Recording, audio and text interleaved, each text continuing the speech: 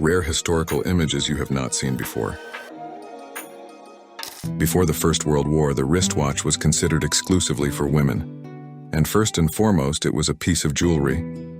Putting a watch on a man's hand was scarier than wearing a skirt.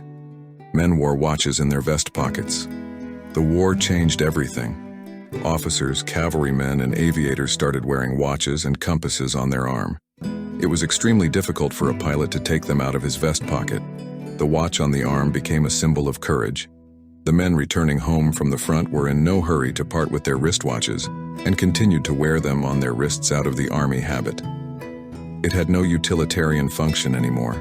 It was a kind of analog of post-war bragging, a guarantee of the bravery of the wearer.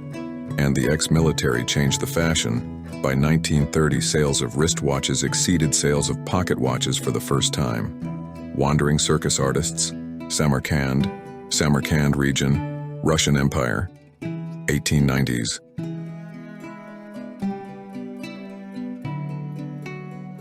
A police officer on a Harley with an old-fashioned mobile detention cell, 1921.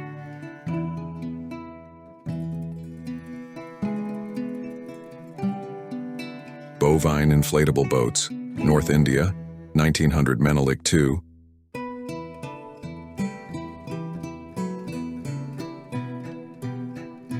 King of the kings of Ethiopia believed in the power of the Bible. When he was not feeling well, he cut off the pages of Holy Scripture and ate them. He died in 1913 after eating the entire Book of Kings. Armadillo camouflage of 1919. The lines made it difficult for enemy ships to accurately determine a ship's range and course. Patient undergoing treatment for mental illness in Germany, 19th century.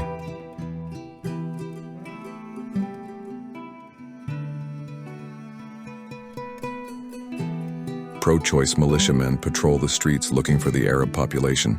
Iran, Khorramshahr, 1979. A Rhodesian soldier interrogates captured rebels. The men were to be held in such a stance, and whoever fell down would receive a bullet to the forehead. Color photograph of destroyed Hiroshima, March 1946.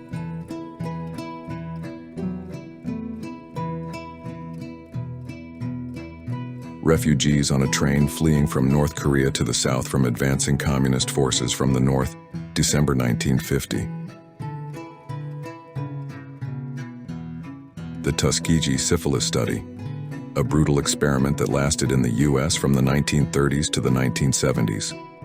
Over 600 Alabama black workers infected with syphilis were given placebos and arsenic, even though there was a normal cure. The purpose of the experiment was to watch blacks die of syphilis. Henry Holmes Death Hotel, 1894. Serial killer. Henry Howard Holmes built a hotel with many traps in Chicago in the late 19th century. During construction, Holmes changed several contractors, so only he himself knew the real layout of the building. His victims were both hotel employees who were accepted with a condition of life insurance and guests, and the bodies of those killed were usually anatomized by Holmes, and he made skeleton models, which he sold to various institutions. The maniac's arsenal included soundproof rooms, gas-filled rooms, acid tanks, fumes, and poison bottles.